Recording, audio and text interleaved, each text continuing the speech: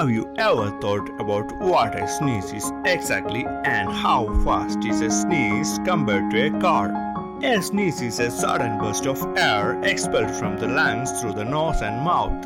The speed of the air from sneezing is about 100 miles per hour, which is almost same as a maximum speed of a passenger car. In a medical setting and using trustworthy equipment, the fastest recorded sneeze was 102 miles per hour. For some reason, Genuine World Record listed the greatest sneeze a bit slower than this, which was at 71.5 miles per hour. Let's have a look at some more facts about a sneeze. Sneezing never happens during sleep because the reflex signals do not pass to the brain that causes muscles to move.